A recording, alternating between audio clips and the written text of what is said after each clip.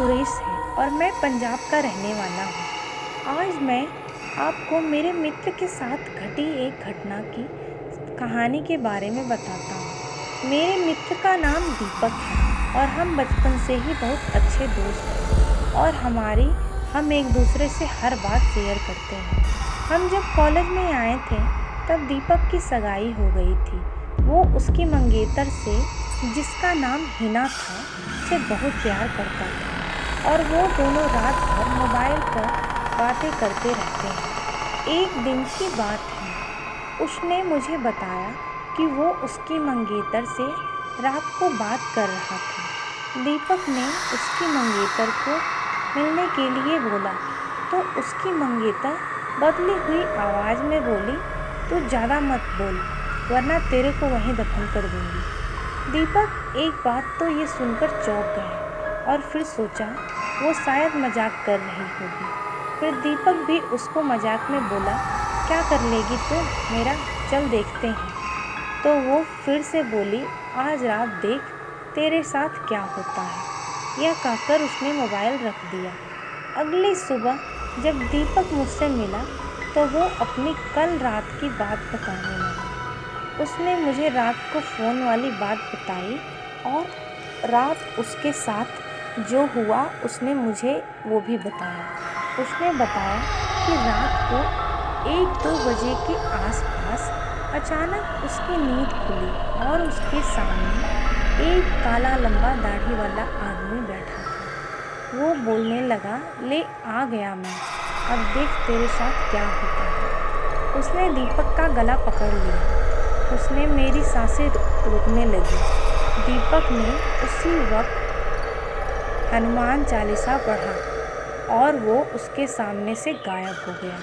मुझे उसकी बात सुनकर बड़ा आश्चर्य हुआ कि ऐसे कैसे हो सकता है। उसके अगले दिन दीपक ने फिर अपनी मंगेतर से मोबाइल पर बात की और बोला, कल रात तुमने मुझे क्या अनाप शनाप बोल रही थी।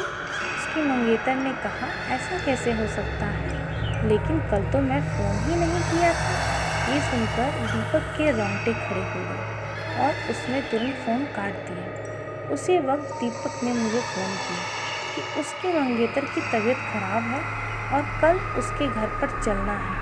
अगले दिन हम दोनों तैयार होकर दीपक की मंगेतर के घर गए। वहाँ हमने दरवाज़ा खटखटाया तो उसकी मंगेतर सामने खड़ी थी और बदली हुई आदमी की आवाज़ में बोल रही थी कि तू फिर आ गया ना, तूने अगर अंदर कदम रखा तो यहीं पर तेरी अर्थी निकाल दूंगा।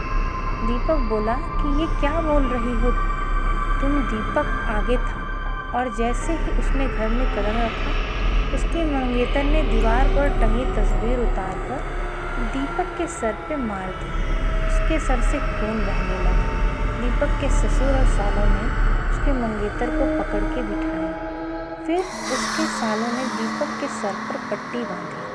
हिना के दादाजी ने बताया कि हिना को जिन्न का साया लग गया है। इस पर दीपक के ससुर ने उन्हें अपने मुंह बंद रखने को कहा। थोड़ी देर रुककर हम वहां से सीधे अस्पताल जाकर ढंग से पट्टी करवाई।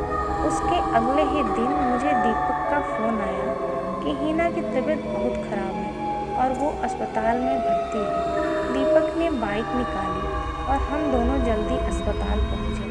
वहाँ पर पहुँचते ही हमने डॉक्टर से हिना की हालत पूछी तो उन्होंने बताया कि उसकी हालत नाजुक है। कौन सी बीमारी है वो पता नहीं चल पा रहा और उसके घर वालों को डॉक्टर ने दीपक को घर ले जाने को कहा। सभी हैरान थे कि ऐसी क्या बीमारी है जिसकी इलाज डॉक्टर के पास नहीं है। फिर उसके बारे में हिना को घर ले आया।